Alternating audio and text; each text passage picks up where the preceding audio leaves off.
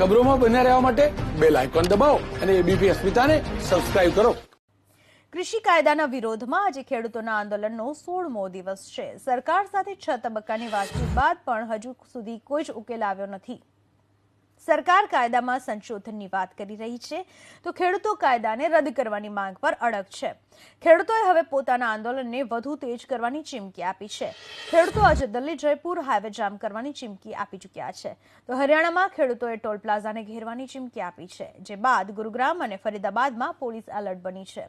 ખેડૂત નેતાએ દાવો કર્યો કે દિલ્હી જયપુર હાઈવે પર ચક્કાજામની સાથે ખેડૂતો ભાજપના મંત્રીઓ અને નેતાઓના ઘરની સામે પણ પ્રદર્શન કરશે, સાથે ટોલ ટેક્સ પણ બ્લોક કરશે.